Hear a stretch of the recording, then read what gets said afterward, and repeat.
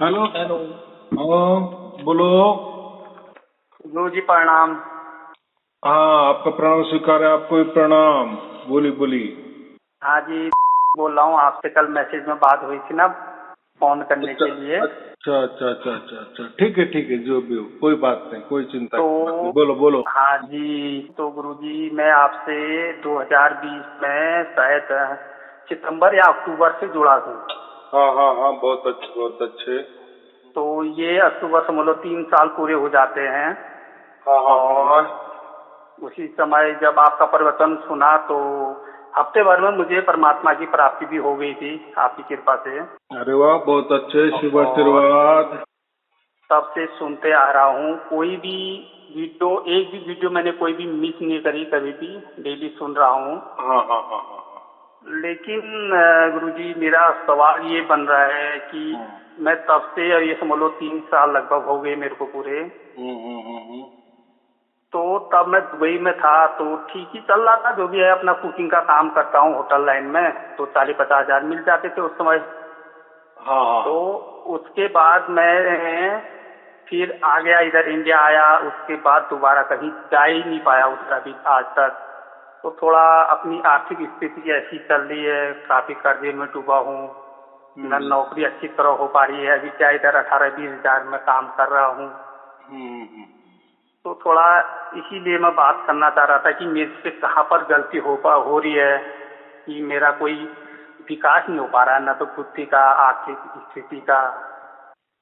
क्या होता है, बहुत सारों का ऐसा ही सवाल होता है। हमें तो सार शब्द की प्राप्ति हो गई, लेकिन लोग तो ऑनलाइन में बोलते हैं कि उनका बहुत अच्छा हो गया, माने दोनों हाथों में लड्डू। लेकिन हमारे तो एक ही हाथों में लड्डू मिल गया, माने एक सार शब्द मिल गया, बाद में तो जैसे का वैसा ही है।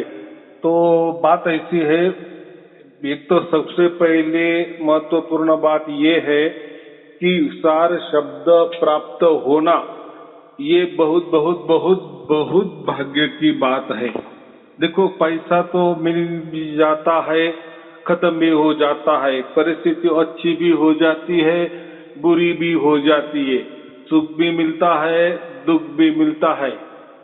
तो ये तो परिवर्तन वाली बात है, ये प्रकृति वाली बात है।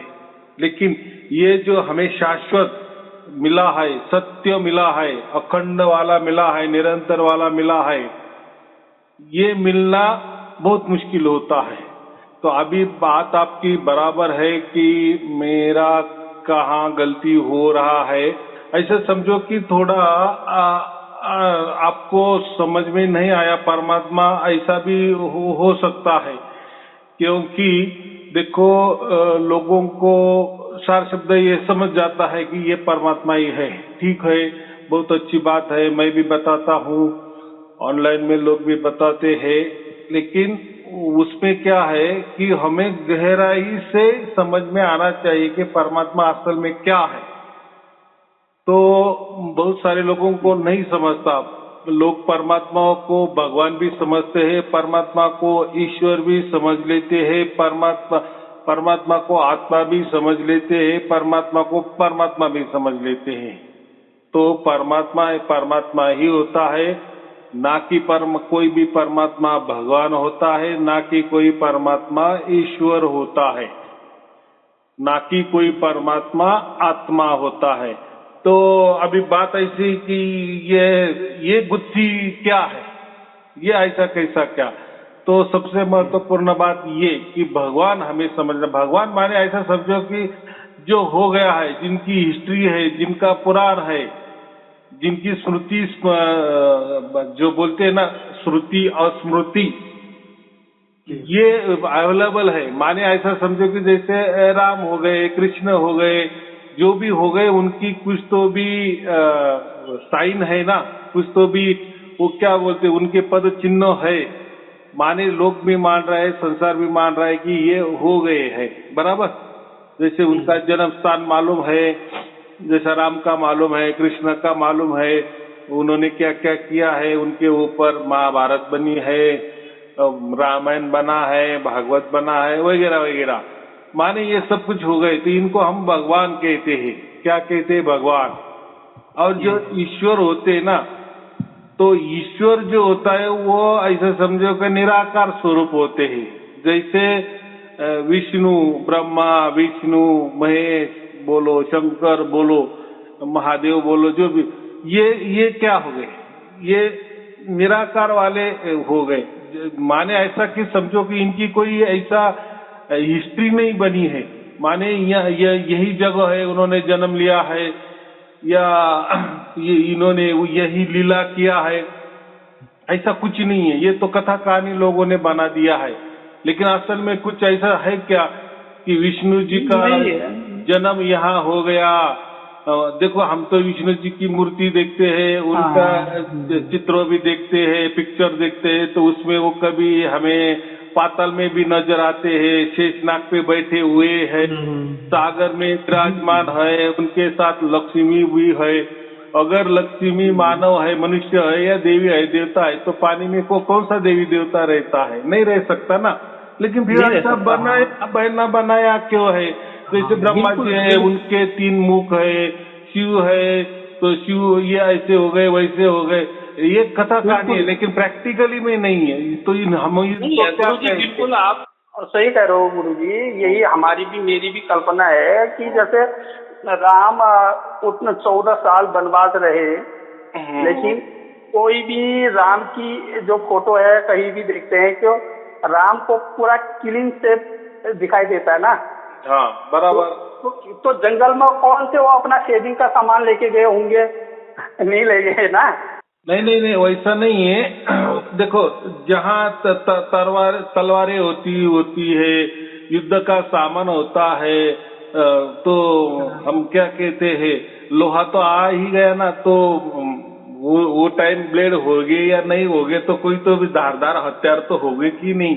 अगर बाण होते तो वो जाने दो, वो हो गए, इसके बारे में कोई दो राय नहीं। राम भी हो गए, कृष्ण भी हो गए, उनकी भी पुरानी है, उनका भी हिस्ट्री है, लिखा है, उनके भी पद चिन्ह है, उनके भी मंदिर है। मेरा कहने का मतलब इतना ही है इसमें कि उनकी बात से हम 100% विश्वास भी नहीं कर सकते हैं।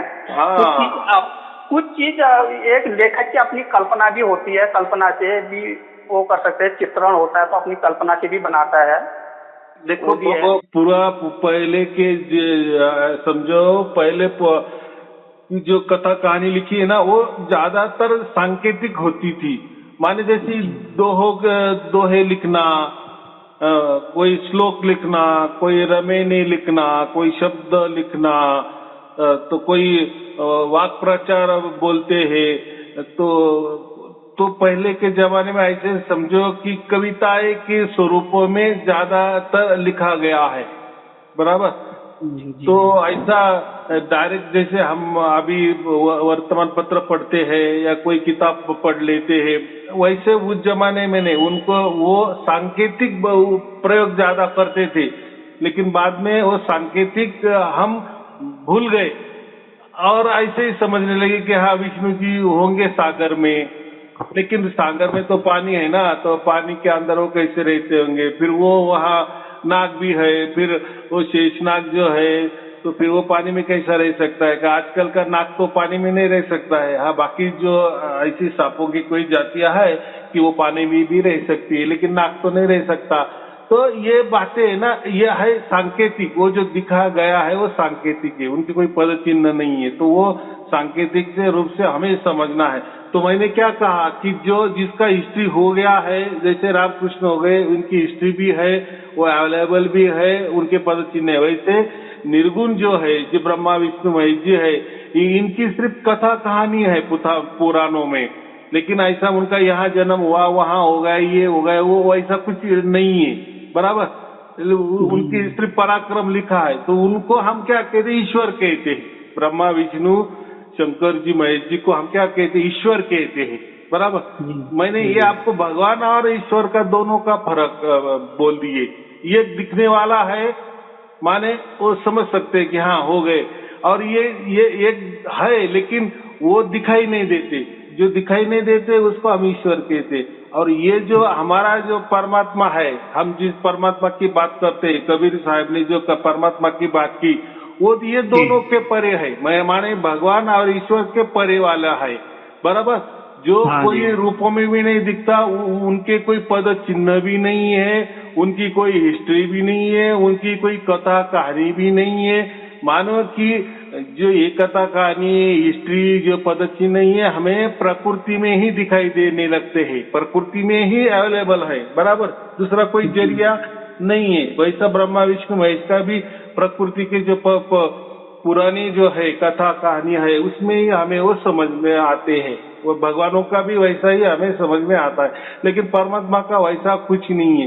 तो आजकल क्या हो गया, मैंने जो बताया ना कि लोग भगवान माने परमात्मा, ईश्वर माने परमात्मा, तो ये गलत कर दिया, बराबर। लेकिन ये परमात्मा जो होता है, ये देवी देवता भगवान ईश्वर से परे वाला होता है। वो कभी अपनी जो प्रकृति है उसमें हुकूमत नहीं करता, बराबर।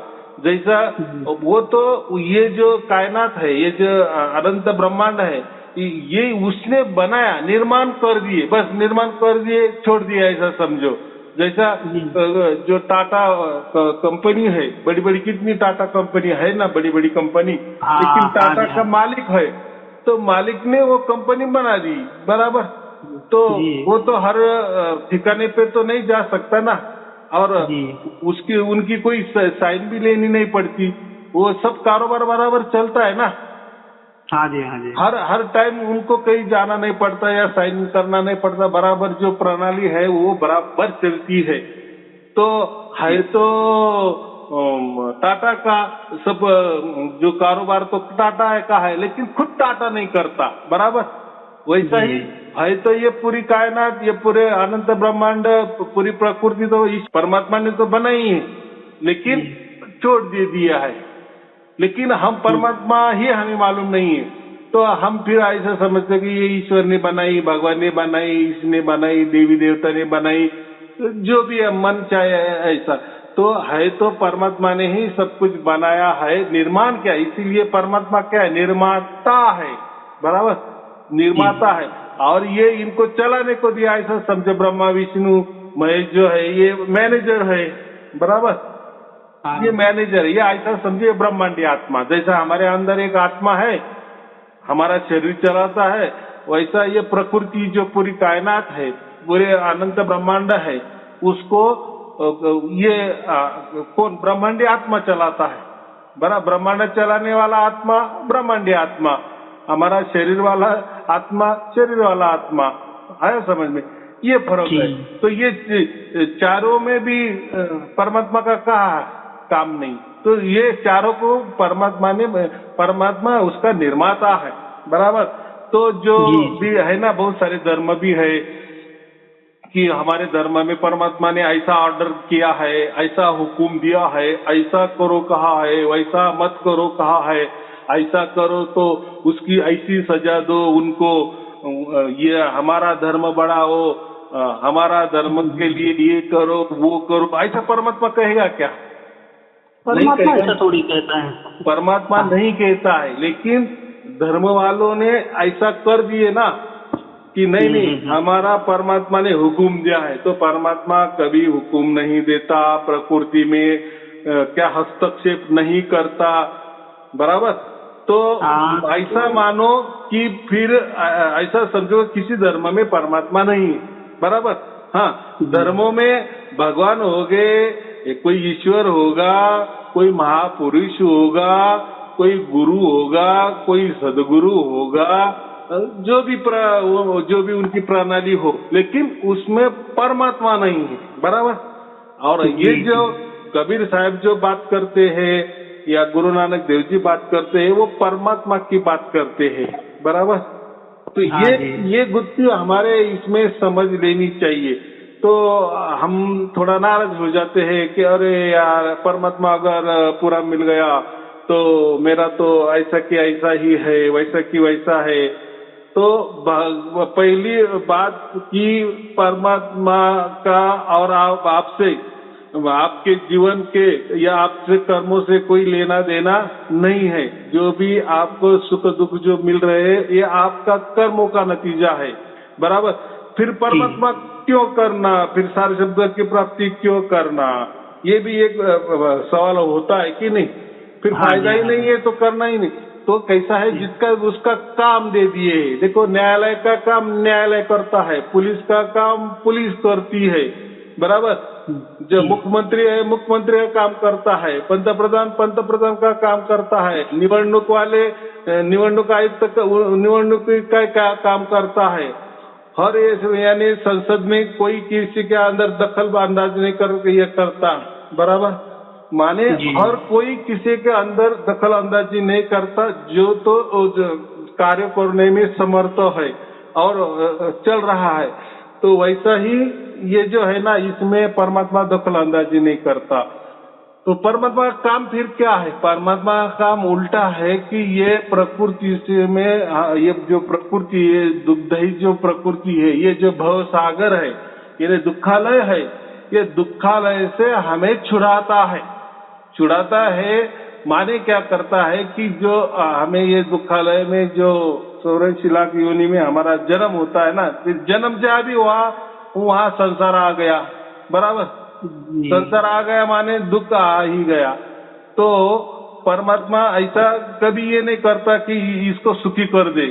अगर इसको सुखी कर दिए, समझो ऐसा एक थोड़ी देर के लिए ऐसा समझो, परमात्मा ने आपको सुखी कर दिए, आपके काम भी होने लगे, फटाफट सब कुछ हो गया, तो आप फिर मोक्ष की बातें क्यों करेंगे? मैंने अगर बाद में कहा कि अरे भाई आपको तो अभी मोक्ष मिलने वाला है, अभी ये मरने के बाद आपको मोक्ष हो जाएगा, अभी आपका वापस कोई जन्म नहीं होगा, आप 84 से मुक्त हो गए, आप बोलेंगे अरे भाई मुझे मुक्ति क्यों दे रहे हो? देखो, मैं तो संसार अच्छी तरह से करा है, परमात्मा भी मुझे साथ दे रहा है, मेरा सब कुछ चंगा चल रहा है। अभी तो उल्टा मेरा अगला जन्म कोई स्वर्ग में हो जाएगा तो बहुत बढ़िया हो जाएगा, इस लोक में हो जाएगा तो और बढ़िया, फिर वहां और सुख भोगेंगे। तो फिर आपका मोक्ष के प्रति कुछ ये वैल्यू नहीं रहेगा, बराबर। माने आपको मोक्ष कुछ समझा ही नहीं है। वो तो बात ठीक है गुरुजी, लेकिन ये है कि अभी जो है नौकरी के लिए मैंने बाहर से कहीं कागज कोई कंपनी में लगाया, करीबन 1 लाख रुपया वहाँ फंस गया, कहीं दूसरी जगह नौकरी करी, वहाँ 12-13 हजार वहाँ फंस गए, कहीं 2-4 हजार, ऐसे मतलब 2-3 साल में ऐसी। देखो, बराबर है, दुख जो कहा ना आपने, तो दुख के हजारों प्रकार है। तो आप कितने भी गिनाते जाएंगे तो उसको कहना कि बस मैं दुखी हूँ। ये होता है हम परमात्मा से थोड़ा सी विश्वास कम हो जाता है ना, कि हम उस पर विश्वास करके हमने कहा चलो उसकी मर्जी से जो हो रहा है अच्छा हो रहा है, जो होगा ठीक होगा, हमने वो लगाया पैसा वो लगाया, लेकिन उसमें फिर धोखा आया। तो उसके बाद ये होता है कि अरे यार परमात्मा से भी विश्वास मैंने उसकी वो धाम से किया। मैं वही बोल रहा हूँ ना आपका, इसमें परमात्मा का कोई लेना देना नहीं होता। तो हमें हमारा ही ये कर्मों का नतीजा है। तो मैं वही कहा ना कि परमात्मा का काम ये नहीं है कि आपको सुखी कर दे, और ऐसा भी नहीं है अगर वो आपको सुख देगा तो फिर आपको दुख भी दे सकता है। अगर वो ये करता है तो वो क्यों नहीं कर सकता? तो लेकिन ऐसा नहीं है। ये जो सुख दुख का जो प्रॉब्लम है ये हमारे ही कर्मों का नतीजा है। लेकिन परमात्मा इससे हमें क्या फिर फायदा होता है कि इससे हमें थोड़ा एक आधार मिलता है। क्या कहते हैं हम, थोड़ा सा आधार मिल जाता है कि कोई तो भी मेरे पीठ पीछे है, और जो भी कोई मेरे साथ घट रहा है, जो दुख घट रहा है वो देख रहा है। बस अभी इतना ही परमात्मा करता है कि आपको ज्यादा से ज्यादा कम से कम ये दुख हो जाए और ज्यादा से ज्यादा सुख मिल जाए। बस वो ऐसा समझो कि वो कृपा करता है, बस ये आपके लिए वो दुआ करता है, ऐसा समझो।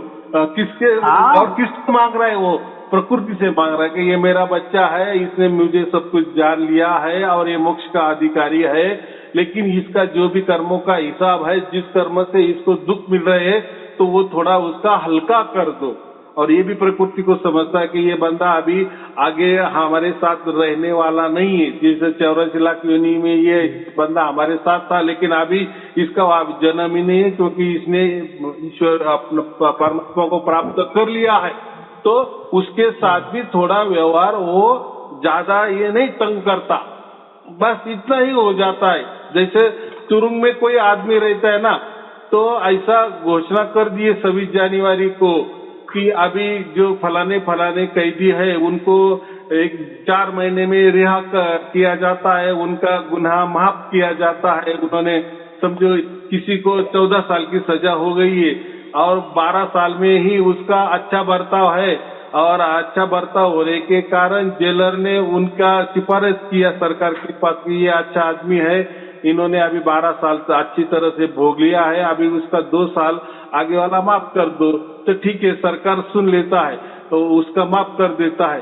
तो जब तक वो है, जब तक उसका माफी का वो जो सम्मति पत्र नहीं आता, वहां से सर्टिफिकेट नहीं आता, तब तक वो 2-4 महीना जो भी रहता है, तो जेलर को मालूम है कि अभी ये रिहा होने वाला है 2-4 महीने में, तो उसके साथ फिर वो अच्छा बर्ताव करते हैं, चलो जाइए तो जेल से बाहर निकलने वाला है, ऐसा वो एक थोड़ा समझ के चलो। तो मुझे इतना ही कहना है, इसमें परमात्मा का कोई लेना देना नहीं है। तो हमको करना है, हमको तो जीवन जीना है, और हमारे कर्म हमारे आड़े आने वाले ही है, माने जो दुख सुख ये आने वाले ही है। बस अभी ठीक है गुरुजी, लेकिन बस इतना ही है कि अभी मेरी उम्र लगभग 40 साल करीबन है। हाँ हाँ। तो आज तक मैंने कभी ऐसा दुख वो तंगी भी आई नहीं मेरे पास कभी, तो और कभी ना मैं कभी किसी से 100 रुपया कभी उधार लेके खाया हो, ऐसा भी नहीं है। लेकिन अब जो है ये 3 साल में मैंने जो देख रहा हूँ, बहुत ज्यादा मुझे काफी मतलब कर्जे की स्थिति में हूँ, काफी कर्जा हो चुका है। और वो किसी से उधार लेके मैंने बाहर जाने के लिए वीजा लगाया, वो भी 1 लाख रुपया वो भी फंस गया। और कुछ अपना भाई में जमीन का हो गया, उसको देना है पैसा, वो भी नहीं दे पा रहा हूँ। मैंने कहा चलो बाहर जाऊंगा तो हो जाएगा, दे देता है। अगर अब जा ही नहीं पा रहा हूँ तो कैसे होगा, यहाँ से 18-20 हजार में तो अपना घर का खर्चा ही नहीं चल पाता, दूसरों का खर्चा मैं कैसे करूँ? ये मैं काफी सोच चुका हूँ। इसलिए देखो, आपका बात मुझे पूरी तरह से समझ में आ गई। ऐसा मैं समझ नहीं रहा हूँ, ऐसा नहीं है, क्योंकि मुझे ऐसे हजारों फोन चालू रहते हैं और ये कहानी बताते हैं। तो देखो, दुख जो होता है ना, जिसको होता है ना, उसको ही समझता है कि दुख क्या होता है। ये तो मुझे ही मालूम है ना कि मैं आपका जान नहीं रहा, ऐसा कुछ नहीं, लेकिन मैं यही कह रहा हूँ। तो अभी क्या करना है? अभी कुछ करना नहीं है, जैसा होगा वैसा ही, और परमात्मा पर विश्वास रखना। तुझे जो अच्छा लगे वैसा कर, जो अच्छा लगे वैसा कर। मैं उसमें अभी कुछ निर्णय करने वाला नहीं हूँ। और देखो ना, परमात्मा को तो मैंने कहा ना, हम परमात्मा से कोई रोक टोक नहीं के लगा सकते, या ऐसे इसी शर्त पे हमने तो परमात्मा को प्राप्त नहीं किया ना, फिर वो तो हमारा लोभ हो गया, लालच हो गया कि परमात्मा मैं तुझे प्राप्त कर रहा हूँ, लेकिन तू मेरा ये अगले वाला सब कुछ काम कर दे।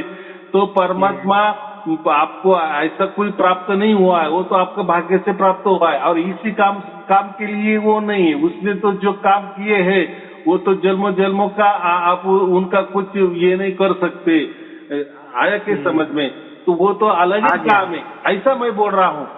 तो हमको मिला है, ठीक है, हमारा एक काम तो हो गया है, माने अगले जन्म की चिंता मिट गई। अभी हमारे ये जन्म जो चल रहा है, इसकी चिंता की हम बात कर रहे हैं, बराबर। इसमें ये हमारा कैसा अच्छा चले, तो हम इतना ही कर सकते हैं परमात्मा से कि बस परमात्मा मेरे साथ है, सार शब्द भी मुझे प्राप्त हो गया है।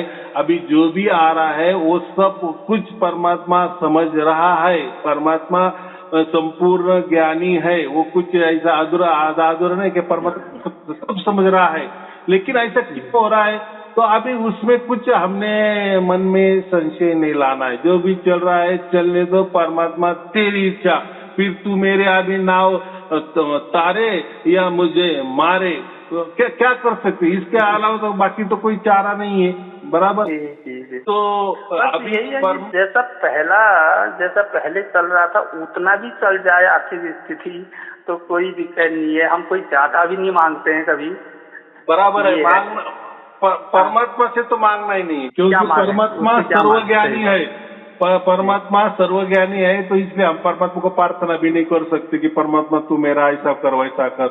अगर वो आपके साथ है, आपके अंदर है, आपके हृदय में है, विराजमान है, वो अखंड है, निरंतर है, आपको उसका महसूस भी हो रहा है, समझ भी रहा है कि परमात्मा मेरे साथ, अगर इतनी बड़ी शक्ति भी तो आपके साथ। गुरुजी मेरे को एक और संशय ऐसा आता है, जैसे कि भाई हम इतने साल से चलो परमात्मा की प्राप्ति होगी, तो हमारा कुछ बुद्धि का विकास भी नहीं हो पा रहा, उतना क्या कहते हैं हमारा ज्ञान भी नहीं हो पा रहा है हमको। इसके लिए इसलिए होता है कि भाई हमारी क्या गलती हम कर रहे हैं कि हमें इतना ज्ञान क्यों नहीं हो पा रहा। सुनते सुनते सुनते सुनते तब से हम ये प्रवचन आपका सुनते जा रहे हैं, लेकिन हमारा ज्ञान का विकास नहीं हो पाता है। वो मैं वही यूट्यूब का चैनल भी है गुरु ज्ञान शब्द करके, तो उसमें भी देख रहा हूँ कोई ग्रोथ नहीं हो रहा है, सब्सक्राइबर नहीं बढ़ रहा है, तो उससे भी और मन अशांत हो जाए। नहीं देखो, वो कुछ लालच करना ही नहीं है, बस कर्तव्य करते रहना, कर्तव्य करते रहना। कौन देख रहा है, कौन नहीं देख रहा है, कौन सब्सक्राइब कर रहा है, कौन लाइक कर रहा है, नहीं कर रहा है, क्यों नहीं कर रहा है, तो ये ऐसा ही होता है। थोड़ा सा नीचे से ही ऊपर जाते हैं जो भी लोग बड़े बड़े हो गए, तो उनका अगर आपने चरित्र पढ़ा तो आपको यही लगेगा, अरे मेरी तो मुश्किल तो बहुत ही है, इससे तो कुछ भी नहीं है, लेकिन ये तो कितनी मुश्किल से गए हैं। तो मुझे इतना ही कहना है, अभी वो छोड़ दो, अभी बस परमात्मा में भरोसा रखो। देखो कभी न कभी अच्छा दिन आने वाला ही है, फिर आप ही सोचेंगे अरे ये तो मैंने आए, तो ये जो लेना देना है थोड़ा चुकता होने दो, जो तकलीफ हो रही है वो होने दो, तो वो चुकता हो रहा है। अभी जो भी आप जो भी दुख के हालत में होना, तो ये आगे आने वाली नहीं है, अभी ये चुकता हो रहा है, लेना देना सब मिल रहा है, आपको सब क्लीन कर रहे हैं। ऐसा समझो कि परमात्मा ही आपसे आपको स्वच्छ कर रहा है, निर्मल कर रहा है, पवित्र कर रहा है, शुद्ध कर रहा है, और वो प्रोसेसिंग चालू है।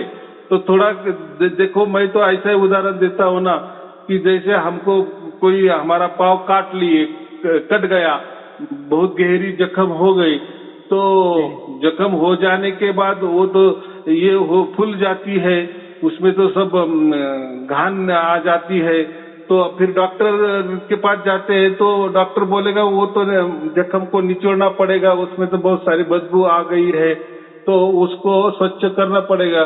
तो हम बोलेंगे अगर नहीं तुम हाथ ही लगाना मत, तुम जैसे हाथ लगाते हो पाँव को तो मुझे बहुत बड़ा दुख होता है। तो डॉक्टर क्या बोलेगा, नहीं अभी ये तुझे दुख सहन करना पड़ेगा, अगर वो जो घान है, वो बदबू है, वो बाहर नहीं निकालेगी, वो स्वच्छ नहीं करेंगे जख्म को, तो वो उसमें दवाई काम नहीं करेगा, और हो सकता है आपका बाद में तो पाँव भी काटना पड़े।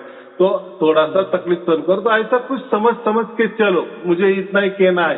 क्योंकि परमात्मा का कृपा दृष्टि का जो भी उसका आशीर्वाद है, जो भी उसकी दुआ है, वो है ही चल रही है, हमें समझ में नहीं आ रहा है। यहाँ तक तो मैं समझ गया हूँ गुरुजी। बस अब मुझे आप ये सुझाव दे दो कि जैसे आपने बोला है कि हम तो आपको कोई गुरु शिष्य तो नहीं बनाते हैं, सीधे संत ही बनाते हैं। तो हम संत हैं, तो हमारा संत का एक चरित्र, किसी संत का कैसा चरित्र होना चाहिए, उसका जीवन कैसा आगे सफल हो, कैसे उसने करना चाहिए अपने जीवन में, आप वो हमको सुझाव दे दो गुरुजी।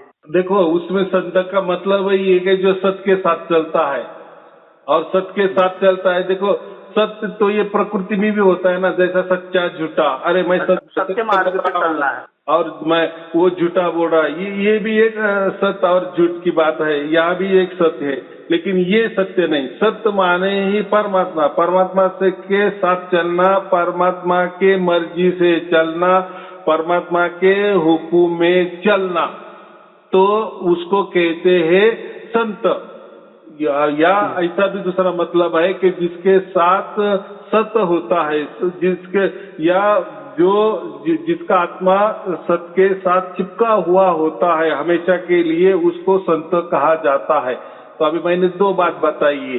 तो सत्य का मतलब होता है, संत का मतलब यही होता है कि जो परमात्मा के आदेश से ही चलते हैं, परमात्मा के हुक्म से भी चलते हैं, चाहे फिर हमारा जीवन अच्छा चले या बुरा चले, तो उसमें क्या है कि परमात्मा तेरी रजा, तेरी मर्जी, क्या हम कहते हैं, बस अभी तू ही तू है, तू जैसा रखेगा वैसा चलेगा, ऐसा चलने वाला होता है वो संत होता है। बराबर, तो ऐसा ही चलना है, आने दो जो भी आना है। तो लेकिन हमें इतना ही समझना है कि उसमें परमात्मा का कोई लेना देना नहीं है, उल्टा परमात्मा की दृष्टि उसके ऊपर है। हमारा जो भी कुछ हो रहा है उल्टा ऐसा समझना कि परमात्मा उसमें कोई तो भी मार्ग निकालेगा और हमको छुड़ाएगा। वो तो मरने के बाद तो उसने हमें मोक्ष का दे दिया है, वो तो हमें तोहफा दे भी दिया है, जीते जी दे दिया है।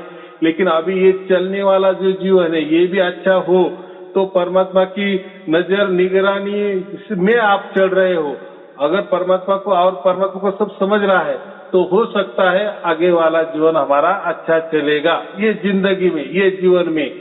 तो बस अभी विश्वास रखो परमात्मा पे, ना कि कोई मंत्र तंत्र या किसी गुरु पे या कोई ये जो बोलते हैं ना जादू टोना, ये बाकी इसमें मत ये करो, या परमात्मा को मत कोसो कि परमात्मा ये तूने क्या किया या परमात्मा कर रहा है। तो परमात्मा कोई करता नहीं है, उल्टा परमात्मा हमें बचाता है, हमें शुद्ध पवित्र बनाता है, उसके लायक, उसके परम धाम में लेने जाने के जो वहाँ जो जैसे रहेंगे हम, या जहाँ वहाँ का जो भी कोई कायदा कानून होगा, ऐसा समझो वहाँ तो कोई कायदा कानून नहीं है, या परमात्मा किसी बच्चों के ऊपर कायदा कानून लादता भी नहीं है, लेकिन वहाँ रहने लायक हमें बनाता है। फिर वो जो रहने लायक है तो फिर यहाँ का जो भी हमारा चुकता हो रहा है तो वो परमात्मा चुकता करवा दे रहा है। किसको करवा दे रहा है? ये प्रकृति के, भाई ये ले ले, तेरे कर्म है तू ले ले। तो उससे हमें हल्का महसूस होता है कि हमारे साथ कोई तो भी है और उसके नजर निगरानी में हमारा जीवन चल रहा है। बस ये भी विश्वास हो गया, और ये विश्वास से जो चलता है उसको ही संत कहते हैं। बस बाकी संत दूसरा कोई नहीं होता है। बराबर। चलो अभी और कोई पूछना है? नहीं, ये तो चलो ठीक है गुरुजी। और एक चीज और कहना चाह रहा था, जैसे शुरुआती मैं ध्यान करता था, ध्यान किया करीबन, ज्यादा नहीं, करीबन शायद 21 दिन में। उसके बाद तो मैं अपने शिव को ही गुरु मान के चला था, कोई गुरु किया भी नहीं था। तो मैंने बोला भाई आपको ही मैं अपना गुरु मानता हूँ, बस आप ही मुझे। तो वही प्रथा थी ना कि गुरु दीक्षा लेनी पड़ती करके, यही मैंने भी सुना था। तो मैंने यही अपना ध्यान में ही बोला था कि भाई आपको ही मैं गुरु मानता हूँ, आप ही मुझे किसी गुरु से मिलाओ या आप ही मुझे गुरु दीक्षा दो। तो कुछ ही करीबन तीसरे दिन में आपका वीडियो मेरे को मिल गया था। आपका वीडियो मिला, आपका प्रवचन सुनते रहा, 1 हफ्ते में मेरे को परमात्मा की प्राप्ति भी हो गई। तो उसी की वजह से मैंने फिर, तब तो मैं होटल लाइन में करता हूँ तो दारू छोड़ दिया, इसी चक्कर में छोड़ा क्योंकि मैं ध्यान करता था। तो उसी में वो छोड़ा। फिर अभी धीरे धीरे तंबाकू खाता था। मैंने कहा भाई मैं अगर ये वीडियो बना रहा हूँ तो कभी कभी मेरे को लाइव भी बनाना पड़ेगा, तो मेरा भाई दांत अच्छा नहीं दिखेगा। मैंने चलो तंबाकू भी छोड़ा। तो ये कुछ चीजें ऐसी है कि उस चीज से, तो इसलिए मैं ये चाहता हूँ कि क्या मैं ध्यान से, मेरे को काफी शांति जैसी मिलती थी, तो क्या मैं ध्यान कर सकता हूँ? ऐसा है कि ध्यान से शांति जो मिलती है वो मन को मिलती है, ना कि हमारे आत्मा को मिलती है। ये बहुत बड़, क्योंकि देखो ध्यान ये जो विषय है ना, ये प्राकृतिक विषय है। जैसा मन ये प्राकृतिक है, इसलिए मैंने तब से छोड़ दिया था। तब से अभी ये समझ लो कि 2.5 साल 3 साल भी होने जा रहे हैं, मैंने छोड़ दिया था। खाली 1 ही महीना करा, लेकिन 1 ही महीने में ध्यान से ही, मतलब यह है कि स्टार्टिंग ध्यान से ही मैं इस रास्ते में आया। उससे पहले मेरे को इससे परमात्मा के बारे में कोई मतलब नहीं। मैं तो होटल लाइन में रहता हूँ, यहाँ दारू भी पीता था, यहाँ नॉन वेज खाता हूँ। नॉन वेज तो अभी भी बनाना पड़ता है तो अभी भी खाता हूँ। ये हो सकता है नॉन वेज छोड़ने की सोचता हूँ, कई बार की सोचता हूँ भाई मेरे को अगर बनाना है तो चखना भी पड़ेगा, मैं कैसे छोड़ूं इस चीज को। तो बात ऐसी मैंने तो कह दी है ना कि परमात्मा हमारे साथ में है, और कैसा जीना है तो वही वो हमें बुद्धि देता है, और वैसे ही चलना। हो सकता है आगे जाके वो छोड़ने को भी कहेगा तो छोड़ देना। तो लेकिन जब तक परमात्मा का आदेश नहीं होता, परमात्मा का आदेश माने हमारे अंदर ही वो बराबर आ जाता है और समझ में लगता है। ऐसा समझो कि उसमें से हमारी वासना ऑटोमेटिक फिर उड़ने लगती है। उसे जोर जबरदस्ती से नहीं उड़ाना है। जो भी हमारी आदत है वो आदत चलने दो, लेकिन धीरे धीरे जैसा ही हम शुद्ध पवित्र बनते जाते हैं तो उस जो भी हमारी आदत है उससे फिर हमें बराबर निजात मिल जाता है और वो धीरे धीरे हमारा फिर मन वो नहीं करता कि नहीं करना चाहिए, नहीं करना चाहिए, फिर धीरे धीरे बराबर छूट जाता है। लेकिन ऐसा कोई परमात्मा नहीं कहेगा कि अभी ये तू छोड़ दे, ये पकड़ ले, ये ऐसा कर वैसा कर। मैंने क्या कहा, कोई परमात्मा आदेश नहीं देता, हुक्म नहीं देता कि तू ये कर, तू वो कर, ऐसा करने से तेरा अच्छा होगा, ये करने से तेरा बुरा हो जाएगा। ये जो कहते हैं ना कि, तो वो कोई परमात्मा नहीं होता, वो कोई उनका महापुरुष होगा, वो उनके महापुरुष का संदेश होगा, कोई देवी देवता का संदेश होगा या कोई देवता का संदेश होगा, भगवान का होगा, ईश्वर का होगा, लेकिन परमात्मा का नहीं, क्योंकि परमात्मा कोई हुक्म किसी के ऊपर नहीं चलाता, बराबर। उल्टे हम उसके हुक्म में चलना है। लेकिन वो परमात्मा कोई हमें कायदे कानून नहीं सिखाता हो या उसके कोई हमें बंधन में नहीं रखता परमात्मा। ये सबसे महत्वपूर्ण विषय है और ये पक्का ध्यान में रखना चाहिए कि परमात्मा कोई हमारे ऊपर जोर जबरदस्ती नहीं करता या कोई ये अच्छा है या बुरा है वगैरह वगैरह वगैरह, वो कुछ नहीं, बराबर। तो वो आपको जैसे जैसे आप प्रवचन सुनते जाएंगे वैसा वैसा वो सब समझ में आता जाएगा। लेकिन उसके लिए आपको पूरे के पूरे 1000 प्रवचन है वो पूरे सुनने पड़ेंगे, तो आपको बराबर वो सब कुछ समझ में आएगा और आपके अंतःकरण में ही वो आपके चित्त में बराबर वो उठेगा, अरे ये सही है या ये गलत है। और जो गलत है वो ऑटोमेटिक छूटता जाएगा, आप छोड़ो या मत छोड़ो, लेकिन जो अच्छा नहीं है वो ऑटोमेटिक छूटता जाएगा, हमेशा के लिए छूटता जाएगा। उसके ऊपर का आपका मन पूरी के 100% उठ जाएगा। लेकिन हम नहीं तय करना कि ये बुरा है और ये अच्छा है, बराबर। परमात्मा को तय करने दो। अभी हम संत बन गए ना तो परमात्मा के हुक्म से चलने वाले हैं, बराबर। लेकिन परमात्मा का हुक्म हमारे जैसे कोई कायदे कानून वाला नहीं होता, आया समझ में?